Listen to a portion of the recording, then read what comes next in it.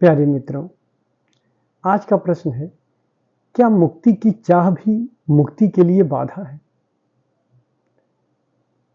इस प्रश्न को बहुत गलत समझा गया है। इस पे मैं चर्चा इसलिए करना चाहता हूं क्योंकि इस प्रश्न को बहुत गलत समझा गया है।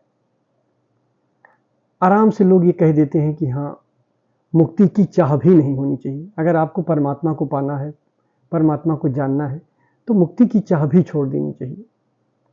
ऐसा आपने सुना होगा, लेकिन ये बिल्कुल गलत है। मतलब गलत भी है और सही भी है। दरअसल जो साधक का जीवन होता है, उसमें किसी एक उत्तर से काम नहीं चलता है। साधक के जीवन में हर अवस्था में अलग अलग उत्तर होता है। ये आप जान के हैरान हो जाएंगे कि एक उत्तर एक अवस्था के लिए लागू नहीं होता है। जैसे जब साधक साधना काल शुरू कर रहा है, साधना की शुरुआत कर रहा है, तो ऐसे कंडीशन में, ऐसी अवस्था में मुक्ति की चाह होना बहुत जरूरी है। दरअसल हजारों गलत चाह होती है हमारी। भाई, शुरुआत में जब एक साधक साधना करना शुरू करता है तो उसकी हजारों गलत चाह होती है, बहुत सारी चाह होती है। एक नहीं, खंड खंड उसका मन होता है और वो बहुत कुछ चाहता है, और ऐसी चीजें चाहता है जो सब बकवास की चीजें होती हैं, बेमतलब की चीजें होती हैं, जिसपे उसका कंट्रोल नहीं होता है। तो इस चाह से अच्छा सुख की चाह होना, हजारों अशुभ चाह से अच्छा कि सुख की चाह हो, एक सुख की चाह हो। अब सुख की चाह परमात्मा की चाह हो। ठीक है, हम यहाँ भी भाग जाएं, वहां भी भाग जाएं, ये भी कर ले, वो भी कर ले, हजारों चाह होती है, कहीं एक जगह स्थिर नहीं होते हैं। तो कम से कम हजारों चाह से अच्छा एक शुभ की चाह हो, परमात्मा की चाह हो। और एक दिन ऐसा आता है कि जब हमारी हजारों चाह खत्म हो जाती है, सिर्फ शुभ की चाह बची होती है, सिर्फ परमात्मा की चाह बची होती है, तब हम कहते हैं अब ये अंतिम चाह भी छोड़ दो। आप ऐसे समझो जैसे पर्वत है, एक पहाड़, कल्पना करो एक पर्वत है, पर्वत के इस पार जमीन है, प्लेन, और पर्वत के उस पार सागर है।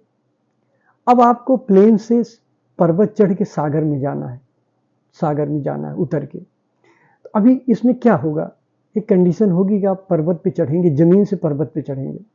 तो जब पर्वत पे चढ़ेंगे तो कुछ वासना होनी चाहिए। प्रैक्टिकल सोचो, अगर परमात्मा की वासना नहीं है, परमात्मा की चाह नहीं है, तो परमात्मा की तरफ कैसे चलोगे शुरुआत में?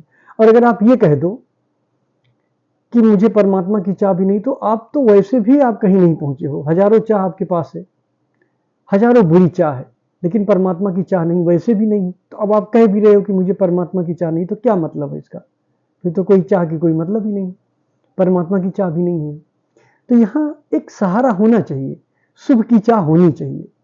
हम जब अपने दुखों से परेशान हो जाते हैं, अपनी पीड़ा से परेशान हो जाते हैं, तो हम सुख की तलाश में जाते हैं। सुख की तलाश, सुख की चाह हमारे भीतर होती है, चैतन्य की चाह होती है, परमानंद की चाह होती है। तो वहां पे चाह होना जरूरी है। तो जब आप पर्वत पे चढ़ते हो, आपको सागर तक जाना है, आपको पर्वत पे चढ़ के फिर पर्वत से उतर के जाना है सागर तक, तो सागर में पहुंचने की चाह होनी चाहिए, तभी आप चढ़ोगे। और जब आप पर्वत पे चढ़ लेते हो, शिखर पे जब पहुंचते हो, तो वहां चाह छोड़ देनी चाहिए, क्योंकि अब सागर अपने आप खींच लेगा, लेकिन आप बाधा मत दो।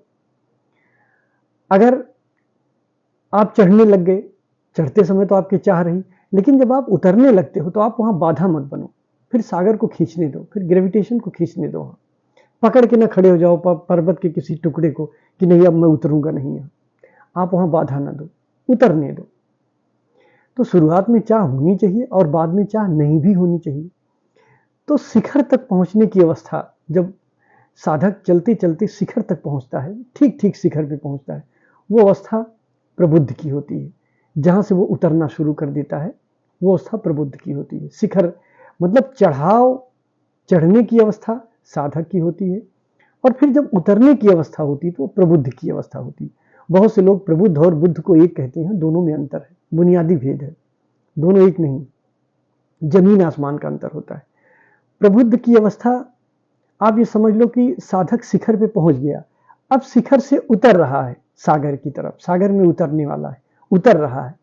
तो वो उतार की अवस्था को प्रबुद्ध की अवस्था कहते हैं। लेकिन वहां पे अब कुछ भी नहीं करना, वहां परमात्मा की चाह भी छोड़ देनी है। ये जो अंतिम चाह है परमात्मा की, वो भी छोड़ देनी, कुछ भी नहीं। सजगता रखनी है, सजग होना है, लेकिन अब कोई चाह नहीं रखना है। लेकिन चढ़ाव में चाह होना भी, हजारों अशुभ चाह से अच्छा एक शुभ चाह होनी चाहिए परमात्मा की। और जब शिखर पे पहुंच जाए, शिखर पे पहुंचने का मतलब जब सारी चाह खत्म हो जाए, सिर्फ परमात्मा की चाह रह जाए, तो वो चाह भी छोड़ देना है। तो वो शिखर पे, वो जो प्रबुद्ध की अवस्था है, उस अवस्था में सारी चाह छोड़ देनी होती है, कोई भी चाह नहीं रहनी चाहिए।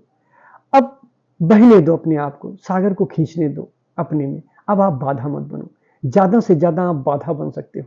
आप रास्ते खोल दो परमात्मा के लिए, उतर जाने दो। अब कुछ करना नहीं है। अगर आपने बाधा नहीं डाला तो सागर आपको खींच लेगा, अपने में विसर्जित कर लेगा, आप सागर में पहुंच जाओगे। तो वो शिखर की अवस्था प्रबुद्ध की अवस्था है। तो ध्यान रखना, हमें चाह करनी भी है और चाह छोड़नी भी है।